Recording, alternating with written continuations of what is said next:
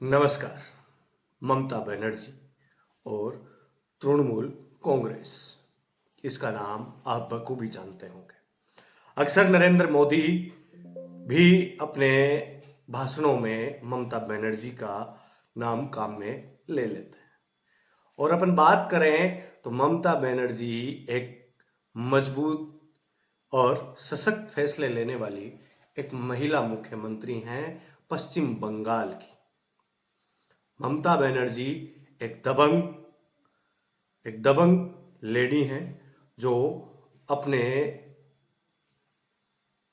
अपने राज्य को मजबूती के लिए हरदम प्रयास करती रहती है। और अब बात करते हैं, आपने पिछले कुछ समय पहले आपने देखा होगा कि भारत के भारत के अंदर भारत की केंद्र की सरकार भारतीय जनता पार्टी ने सीएए, एनआरसी और यूसीसी पर एक फैसला लिया।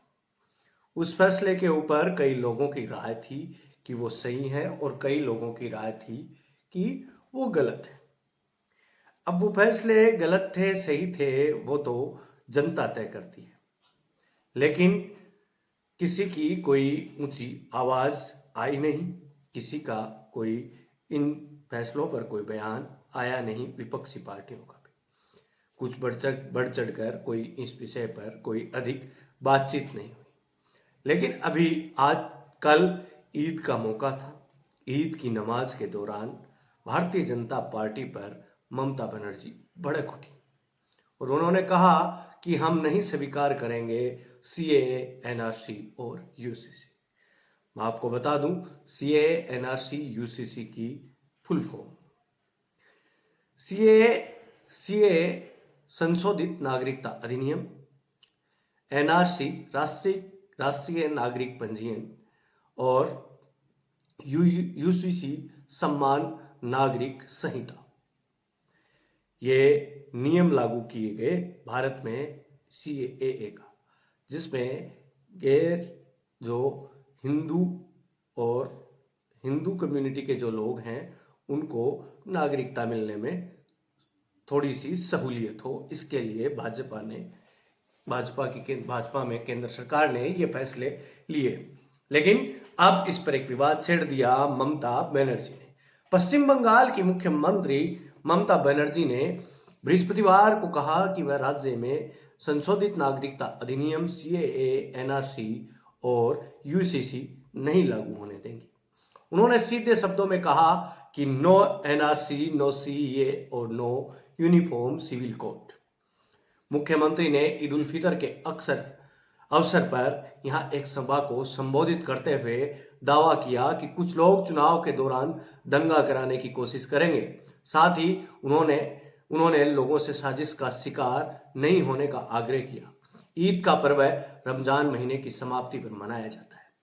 ममता दीदी ने रेड रोड पर लोगों को संबोधित करते हुए कहा, हम संशोधित नागरिकता अधिनियम, राष्ट्रीय नागरिकता पंजीयन और सम्मान नागरिक संहिता को स्वीकार नहीं करेंगे। अगर हम एकजुट होकर रहेंगे तो कोई हमें नुकसान नहीं पहुंचा सकता।